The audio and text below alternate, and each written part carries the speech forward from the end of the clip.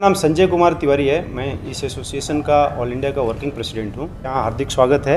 आज जो हमारा रीएम्प्लॉयड एक सर्विसमैन एसोसिएशन का ये जो एनुअल जनरल बॉडी मीटिंग है, जिसमें हमारे देश के अलग अलग राज्यों से लोग आए हुए हैं जो रीएम्प्लॉयड एक सर्विसमैन है। हमारे central government department, state government department, PSUs, banking sector सारे। तो ये हमारी एनुअल एक कॉन्फ्रेंस टाइप की होती है जो करते हैं, और इसमें कुछ मुद्दे होते हैं जो एक सर्विसमैन जो रीएम्प्लॉयड हैं उन मुद्दे को हम डिस्कस करते हैं, और वो जो भी कंसर्न मिनिस्ट्री से होता है, डिपार्टमेंट से होता है, उससे हम डिस्कस करते हैं। All India reemploy ex serviceman association की स्थापना के मुख्य उद्देश्य क्या है? मैडम, ये बेसिकली जो इसका स्थापना हुआ था, जो रीएम्प्लॉयड एक सर्विसमैन है जो अपना डिफेंस से सर्विस करने के बाद जो रिटायर होते हैं और जो सेंट्रल गवर्नमेंट या स्टेट गवर्नमेंट डिपार्टमेंट में ज्वाइन करते हैं या पीएसयूज़ में ज्वाइन करते हैं, तो उनके बहुत सारे छोटे मोटे समस्या होते हैं। जैसे इसमें हमारा एक मेन मुद्दा जो चल रहा है पे फिक्सेशन का, जो लास्ट 5.5 ईयर से हम लोग मिनिस्ट्री में टेकअप किए हुए हैं और अभी भी रिजॉल्व नहीं हुआ है, अभी भी पेंडिंग है। तो ये इससे रिलेटेड और जो सर्विस कंडीशन है उनकी, उनसे रिलेटेड जो इशूज़ है, मुद्दे हैं, उनको हम लोग एनुअल जनरल बॉडी मीटिंग है 2022-23, यानी एक वर्ष के बाद ये अधिवेशन का आयोजन किया जाता है। आज किन मुद्दों पर आप लोगों ने चर्चाएं की, कुछ विस्तार से बताएं।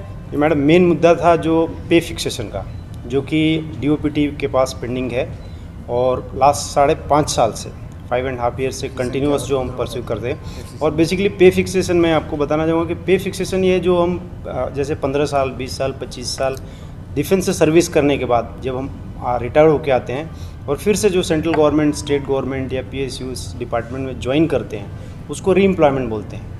तो वहाँ ज्वाइन करने पे हमारा जो है पे फिक्स होता है, मतलब जो प्रीवियस सर्विस को काउंट करके यहाँ पे फिक्स होता है, जो कि अभी कुछ दिनों से हमारे जो एक सर्विसमैन है जो सेंट्रल गवर्नमेंट में बेसिकली हैं या कुछ स्टेट गवर्नमेंट में हैं, उनको नहीं मिल रहा है। तो ये मुद्दा हमने उठाया था 2017 से, लगभग 5.5-6 साल हो गया, और ये प्रपोज़ल ऑलरेडी डीओपीटी ने बना के रखा हुआ है।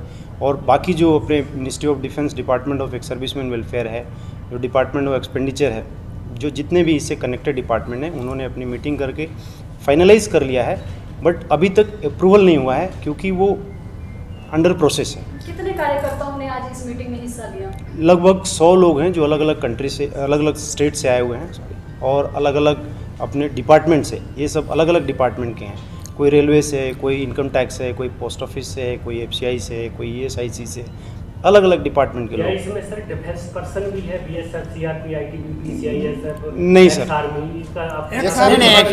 Only army, navy, air force, defence के जो तीनों जो है, फौजों को क्यों छोड़ दिया गया सर? नहीं, छोड़ा नहीं है सर हमने। वो एक सर्विसमैन का स्टेटस उनको नहीं है, जो बेनिफिट एक सर्विसमैन का उनको नहीं दिया जाता है सर्विस का। इसमें सिर्फ वही है जो एक सर्विसमैन की बेनिफिट लेके सर्विस में आते हैं। तो वो प्योरली ये एसोसिएशन है वो रीएम्प्लॉयड एक सर्विसमैन के लिए। बेसिकली मैसेज क्या आज का कार्यक्रम का रहेगा, आपको क्या मैसेज देना चाहेंगे? बेसिकली आज के कार्यक्रम का जो है मैसेज है, हमारे मंत्री जी भी आने वाले हैं, संसद के प्रोग्राम के कारण थोड़ा डिले हो रहा है, और हमारा जो ऑल इंडिया से अलग अलग जो स्टेट से आए हुए हैं एक सर्विसमैन, दिल्ली के बहुत सारे हैं, इन लोगों की जो छोटी मोटी जो इशूज़ हैं, जैसे बेसिकली सर्विस कंडीशन से रिलेटेड, ये प्योरली वेलफेयर जो है रीएम्प्लॉयड एक सर्विसमैन के लिए है।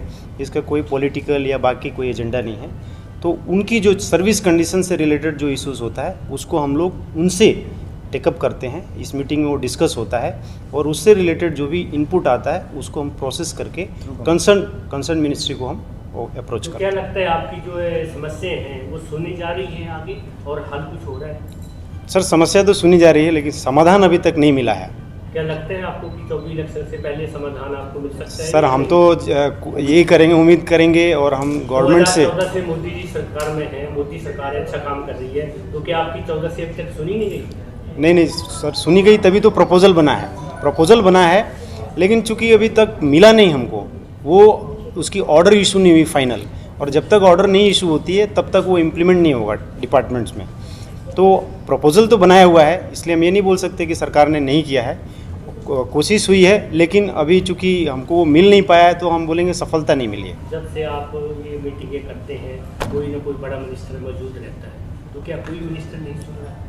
नहीं सर, मिनिस्टर ने सुना है। जब भी हमने जिसको अप्रोच किया है, सुना है मिनिस्टर। कुछ इंटरनल कॉम्प्लिकेशंस है, क्या कॉम्प्लिकेशंस है वो तो कंसर्न मिनिस्ट्री बता सकती है, बट हम लोग जो भी कॉम्प्लिकेशंस बताते हैं या जो भी कुछ डाउट्स प्रॉब्लम आते हैं वो हम सेम टाइम उसको रेक्टिफाई करने का कोशिश करते हैं। आपके संगठन से काफ़ी कार्यकर्ता जो है विश्वास से आते हैं आपके समक्ष, तो आप उन लोगों का विश्वास कैसे कायम रखेंगे? मैडम बहुत बढ़िया सवाल पूछा आपने, क्योंकि देखिए जब तक उनकी विश्वास जो अगर हमारे ऊपर नहीं रहेगा, जब तक वो हमसे पूरी विश्वास के साथ नहीं जुड़ेंगे तब तक संगठन की मजबूती नहीं हो सकती। तो इसी विश्वास के साथ वो लोग जुड़े हुए हैं, क्योंकि हम लोग कंटिन्यूअस 5.5 साल में जो अलग अलग प्लेटफॉर्म पे हमने इस इशू को उठाया है, सर्विस कंडीशन से रिलेटेड इशूज़ है उसको उठाया है, और हर समय हम लोग यही कोशिश करते हैं कि जो हमारे संगठन से जुड़े हुए जो सदस्य हैं उनकी जो बेसिक सर्विस नीड्स है वो एटलीस्ट पूरा हो। इसके लिए हम अलग अलग महिलाएं भी मैडम एक सर्विसमैन में महिलाएं नहीं हैं अभी तक कोई महिला अभी तक महिला नहीं। अब हाँ, इसमें होने लगी है तो वीर नारीज हैं जो कि अगर वो कुछ जो रिटायर होने के बाद भी अगर कुछ उनके हस्बैंड एक्सपायर हो गए हैं तो ऐसे जुड़ सकते हैं। बिल्कुल बिल्कुल वो भी जुड़ सकते हैं, बिल्कुल जुड़ सकते हैं। मेरा नाम संजय कुमार तिवारी है, मैं इस एसोसिएशन का ऑल इंडिया का वर्किंग प्रेसिडेंट हूँ। ये हमारे जनरल सेक्रेटरी माता जी हैं और जगदीश महाता। क्या कुछ कहना चाहेंगे आज के कार्यक्रम को लेकर? कार्यक्रम का मेन जो मुद्दा है अपना, मेन जो हम लोग का जो गवर्नमेंट के साथ डायलॉग करके कॉरस्पॉन्डेंस करके और अपना जो प्रॉब्लम है उसको सॉल्व करना है। सबसे बड़ा जो प्रॉब्लम एजेंडा हमने ये किया था, आज क्या नहीं है, आगे चलकर मैं 5 साल से जो एक मुद्दा लेके अभी चल रहा हूँ, जो पे फिक्सेशन होना चाहिए, जो अपना थ्योरी से आपने बताया आपको, वही मुद्दा लेके हम लोग चले और ये हम होप कर रहे हैं मोस्ट प्रोबेबली आ चुके हैं, अपना अप्रोच हो चुके हैं। लेकिन ये अभी एक DOPT जो डिपार्टमेंट है, मिनिस्ट्री है, एक मिनिस्ट्री से दूसरे मिनिस्ट्री जा रहे वापस आ रहे, ये थोड़ा सा टाइम कंज्यूमिंग हो रहे और उस मैटर को लेके हम लोग आज डिस्कशन किया है और इसमें आश्वस्त भी हुआ है कि हम लोग का जो मुद्दा है डिपार्टमेंट सुने। और आपका तरफ से मैंने ये मैसेज पास करना चाहता हूँ, जो हम लोग का जो मुद्दा है 5 साल से चल रहा है, आप अगर ये मैसेज को आगे तक पहुँचा दे, थोड़ा जल्द से जल्द करा दे, तो अपना जितना वेटरन्स जो भूतपूर्व सैनिक है उनको थोड़ा भला हो जाए। किस तरह की चुनौतियाँ एक संगठन को संजोना और संजोने के बाद एक पॉलिसी बेस मैटर पर उसको सरकार के सामने डील करना, क्या एक पॉलिसी बेस मैटर ही आप लोग उसको उठाते हैं या और भी आपके जो संगठन हैं, जो आपके ऑर्गेनाइजेशन, या और भी कोई कल्चरल कार्यक्रम में भी सम्मिलित रहते हैं? चुनौतियाँ तो बहुत हैं। चुनौतियाँ तो अब यही है कि एक तो हम फौजी सारे होते हैं, डिफेंस में नौकरी करके आते हैं, आर्मी में नौकरी, डिफरेंट कंडीशन नौकरी करके आते हैं, फिर यहाँ ज्वाइन करते हैं और जो प्रोविज़न है वो नहीं मिल पाता, क्योंकि लॉ को इंटरप्रेट कर दिया जाता है।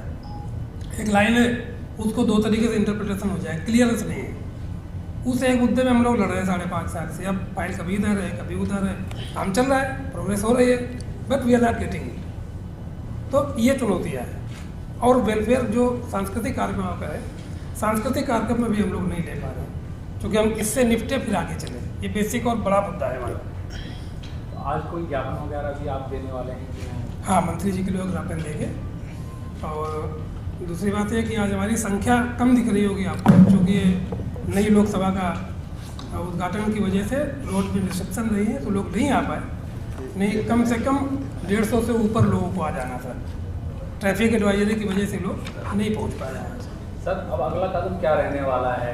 जिस तरह से, क्योंकि अब चुनाव निकट आ गए हैं और सभी तरह के जो अभी तक भिन्न भिन्न संगठन भी, जिनके अभी सरकार के पास मुद्दे लंबित हैं, जो अभी चल रहे हैं प्रक्रिया, वो लोग भी कहीं ना कहीं जोर बना रहे हैं कि अभी मौका अच्छा है, चुनाव निकट है, तो सरकार प्रेशर में आकर काम करेगी। क्या आप लोगों ने भी कोई प्रेशर राइज योजना बनाई? आज तो केवल ये आपने जो एनुअल अपना सेमिनार रखा था, क्या उसके बाद सड़क पर भी उतर कर किसी तरह का सरकार के ऊपर प्रभाव बनाने की कोई योजना है? नहीं, अभी तो हमारा कोई ऐसा प्लान नहीं है। फिलहाल तो हमारा कोई ऐसा प्लान नहीं है, क्योंकि बहुत कुछ संख्या में जंतर मंतर पर लोग बैठे ही हुए हैं। तो हमारा जो एसोसिएशन है वो क्योंकि they are in the service में हैं, उस तरह से हम जो है खिलाफ में नहीं जा सकते। लेकिन हम अपनी जो मांगे हैं वो हर तरह से उनके पास रख रहे हैं, थ्रू जो है मिनिस्टर्स आल्सो रख रहे हैं। उनके जो सेक्रेटरी हैं, जॉइंट सेक्रेटरी हैं, उन लोगों से हम मीटिंग करते हैं और उनको बताते हैं कहाँ गलतियाँ हैं। पॉलिसी जो अब जिसकी हम बात कर रहे हैं, जो पिछले 5 साल और करीब 7 महीने से हम लड़ रहे हैं, एक्चुअली में 58 की जो मेन बेस पॉलिसी थी उसमें हमारे बेनिफिट सब कुछ थे। जब 86 की जो हमारी जो पॉलिसी बनी उसके अंदर से कुछ बेनिफिट जानबूझ के निकाल दिए गए या डिलिबरेटली निकाल दिए गए या उनको समझ में नहीं आया। लेकिन हमने उनको DOPT को ये बोला है अपने जो लेटर में कॉरस्पॉन्डेंस में कि डिलिबरेटली जानबूझ के वो चीज़ को निकाल दिया गया पॉलिसी से जो 86 से लोग रिटायर होने के बाद सफ़र कर रहे हैं। यानी कि जो हम वॉलंटियर के तौर पे डिफेंस में भर्ती होते हैं, मैं I am the Elon son of my father, और मैंने चुना ये इसलिए मैं डिफेंस में जाऊं, और मैं तो यहाँ तक भी सोचा था कि मैं देश के लिए शहीद हो जाऊं, लेकिन मेरे को वो मौका नहीं मिला देश में शहीद होने का, और मैं जिंदा होकर यहाँ आ गया और अपने एक एसोसिएशन में आया। और जो हमारे जो ये डिमांड है अब हम इसके लिए लड़ाई लड़ रहे हैं। यानी कहने में बड़ा दुख होता है कि जब वहाँ अपने देश के लिए पूरा न्यौछावर करने के लिए तैयार थे, लेकिन जो हमारे यहाँ बेनिफिट है वो काट दिए गए 86 से, और उसके बाद अभी उन्हीं को बेनिफिट जो यानी कि पहले थे उनको इम्प्लीमेंट कराने के लिए हम लड़ाई लड़नी पड़ रही है। सर, जैसा भी सर ने बताया कि बड़ा दुख होता है कि सीमा पर आप लोग लड़ते भी हैं और अपना घर परिवार छोड़कर सीमा पर डटे रहते हैं हर मौसम में, और जब यहाँ पर कोई पॉलिसीज़ की बात आती है, जब सरकार के पास कोई मुद्दा लेके जाया जाता है तो काफ़ी समय लगता है।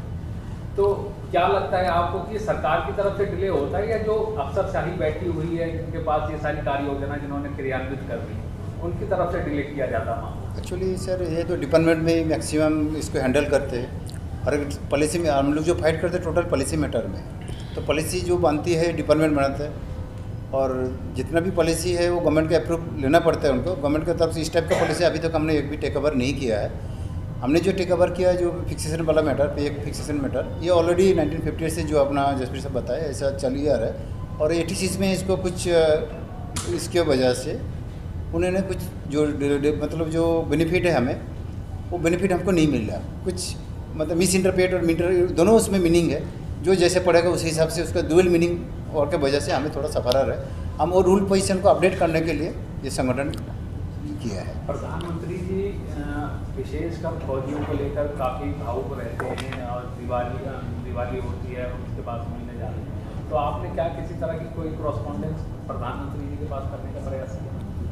नहीं उधर उसमें करस्पॉन्डेंस करने के प्रधानमंत्री जी के पास जो बेसिक, चूँकि हम लोग सब रीएम्प्लॉयड हैं, सेंट्रल गवर्नमेंट एम्प्लॉय भी हैं, तो हमारे एक लिमिटेशंस है, हम उसी चैनल में जाते हैं, हम सर्विस रूल के हिसाब से जाते हैं। लेकिन चूँकि अगर वो कुछ बेनिफिट ऑलरेडी गवर्नमेंट ने दिया है और अगर किसी भी रीजन से उसको अगर डिप्राइव कर रहे हैं तो हम उसको विद इन रूल उसको सर्टेन प्लेटफॉर्म पे रेस करते हैं।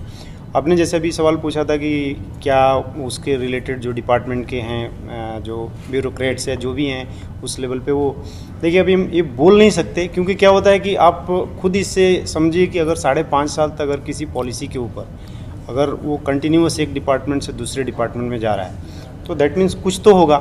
बट हमने पूरे अपनी प्रयास किया कि जब भी जो भी उन इनपुट्स चाहिए हमने बराबर दिया है, और हमारी यही डिपार्टमेंट से सरकार से डिमांड है कि ये हम रीएम्प्लॉयड एक सर्विसमैन हैं जो एक सर्टेन पीरियड तक सर्विस करके आए डिफेंस में, अपनी ग्लोरियस जो है यंग लाइफ दे के आए हैं डिफेंस को, तो देश के लिए दिए हैं। वो अगर ये ऑलरेडी रूल में था तो ये हमको मिलना चाहिए, और इसमें कोई मॉडिफिकेशन की मेजर ज़रूरत नहीं है, सर्टेन क्लैरिफिकेशन की ज़रूरत है।